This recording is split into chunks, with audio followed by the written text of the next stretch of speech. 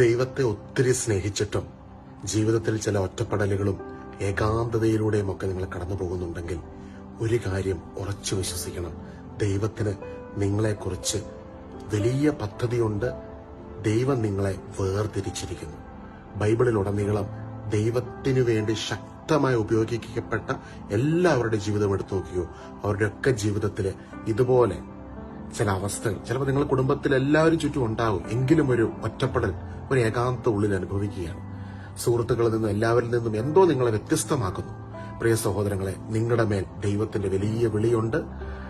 കർത്താവിന് വേണ്ടി ശക്തമായി ഉപയോഗിക്കപ്പെട്ട മോശയുടെ ജീവിതം എടുത്തു നോക്കിയാലും, ദാവീദിന്റെ ജീവിതം എടുത്തു നോക്കിയാലും, കർത്താവിന്റെ അപ്പസ്തോലനായ പൗലോസ്ലീഹയുടെ ജീവിതം എടുത്തു നോക്കിയാലും, നമ്മുടെ കർത്താവായ ഈശോയുടെ ജീവിതം എടുത്തു നോക്കിയാലും, ഇത്തരത്തിൽ എല്ലാവരിൽ നിന്ന് മാറി നിൽക്കുന്ന അല്ലെങ്കിൽ ആരും അറിയാത്ത ചില കാലഘട്ടങ്ങൾ ഇവരുടെ എല്ലാം ജീവിതത്തിൽ ഉണ്ടായിട്ടുണ്ട്. അപ്പസ്തോലനായ പൗലോസ്ലീഹ ഈശോനെ തിരിച്ചറിഞ്ഞതിന് ശേഷം വലിയ ഒറ്റപ്പെടലിലൂടെ കടന്നുപോയി. എന്നാൽ മരുഭൂമിയിൽ കർത്താവിനെ കൂടുതൽ അറിയുന്ന ഏകാന്തതയുടെ കുറെ നാളുകൾ ഉണ്ടായിരുന്നു.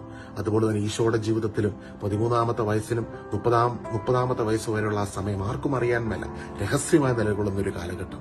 ഇന്ന് നിങ്ങളുടെ ജീവിതത്തിലും ഇത്തരത്തിൽ ആരും അറിയാത്ത നാളുകൾ ഉണ്ടെങ്കിൽ, അല്ലെങ്കിൽ അതുപോലൊരു സാഹചര്യത്തിലൂടെ നിങ്ങൾ കടന്നു പോവുകയാണെങ്കിൽ പ്രത്യാശിക്കാം, ദൈവത്തിന് നിങ്ങളെക്കുറിച്ച് വലിയ പദ്ധതിയുണ്ട്.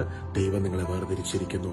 ദൈവത്തിന് വേണ്ടി ശക്തമായി ഉപയോഗിക്കപ്പെടുവാൻ ഈശോ നിങ്ങളെ തെരഞ്ഞെടുത്തിരിക്കുന്നു. God bless you.